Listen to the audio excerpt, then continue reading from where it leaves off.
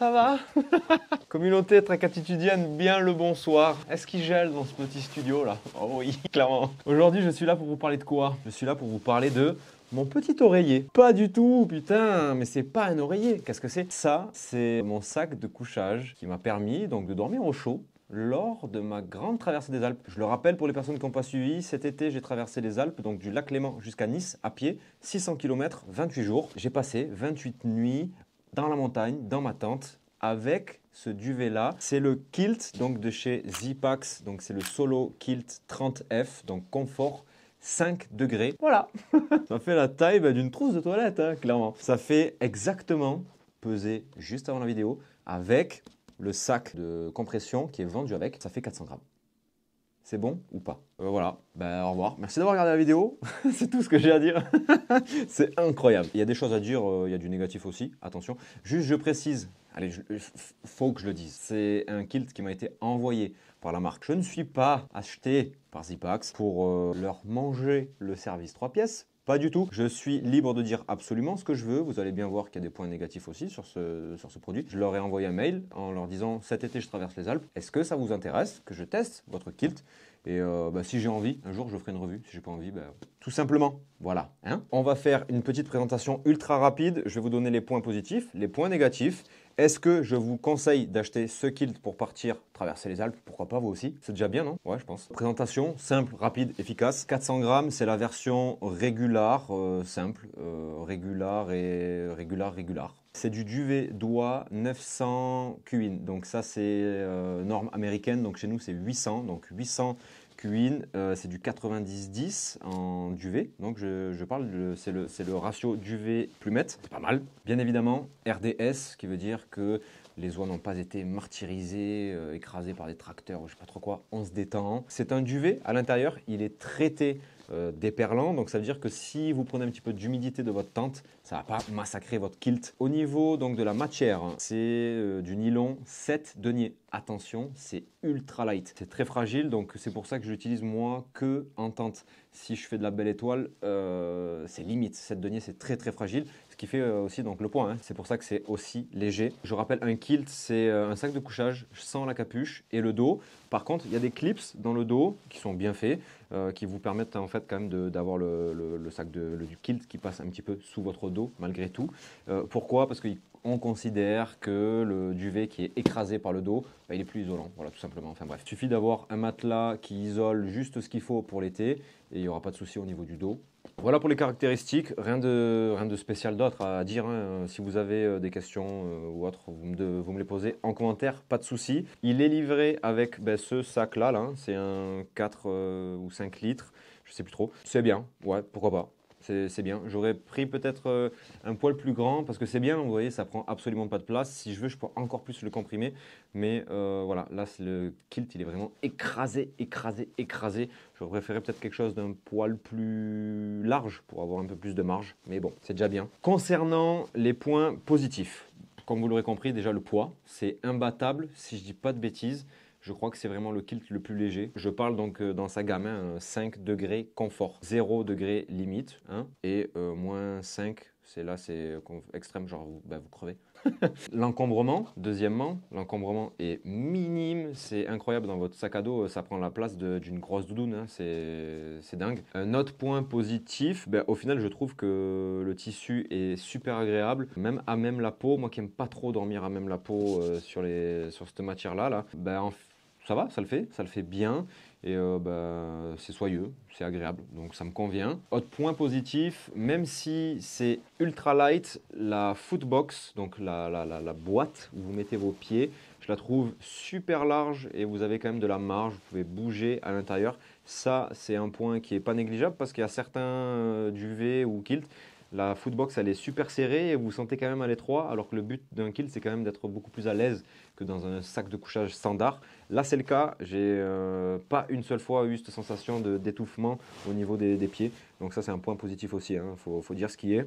Cordon de serrage autour du cou, ça c'est cool, s'il fait un poil frais, tac, vous pouvez venir resserrer et hop, vous tenir bien au chaud là autour du cou, c'est un point positif aussi. Ouais, c'est un point positif. Vous pouvez l'accrocher à votre matelas via des sangles qui sont vendues avec, ça aussi c'est intéressant.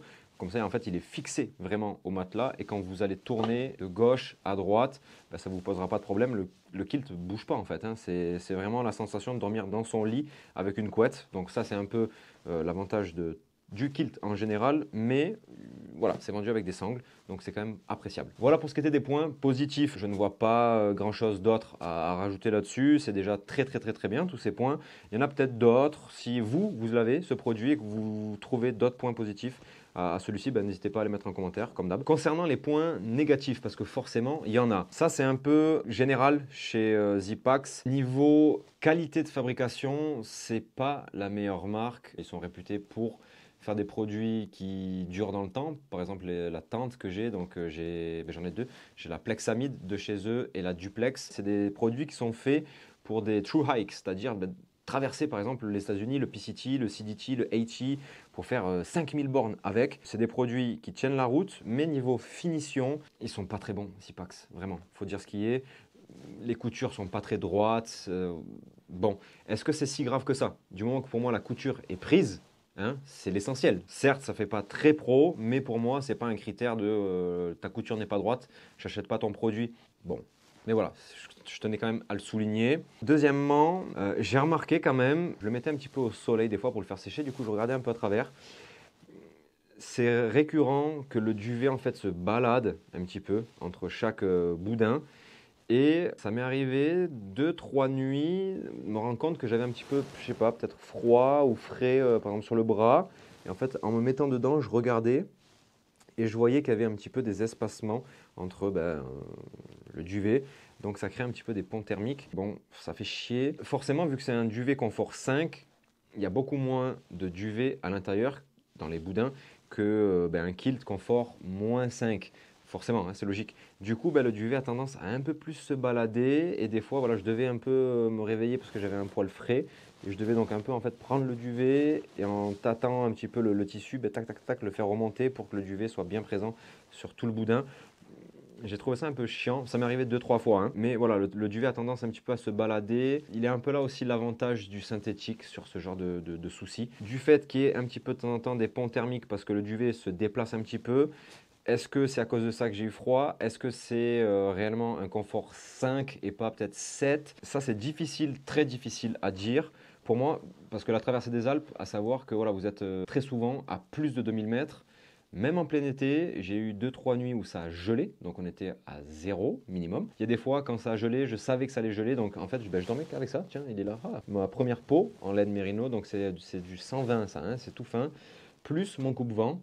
Et même les nuits où ça a gelé, j'ai pas eu froid, tout juste frais. Et certaines nuits où il faisait beaucoup plus chaud, entre guillemets, hein, la température était plus clémente, j'ai eu 2-3 nuits où j'ai senti quand même voilà, du frais. Voilà, je me sentais fébrile. Mais ça, il y a plusieurs facteurs qui rentrent en compte. La nourriture, la fatigue, au bout de 10, 15, 20 jours de marche. Donc c'est très très dur à dire. Des fois le matin, je me levais, j'étais un peu vénère, en mode putain, fait chier.